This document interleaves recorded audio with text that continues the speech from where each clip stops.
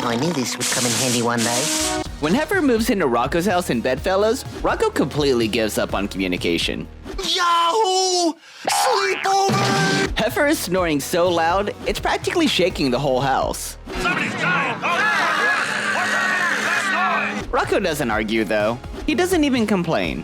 He grabs a cattle prod and just holds it there, long enough for the cattle prod to overheat and fry itself. Blazes. And somehow, this doesn't quite wake up Heffer the way that you'd expect.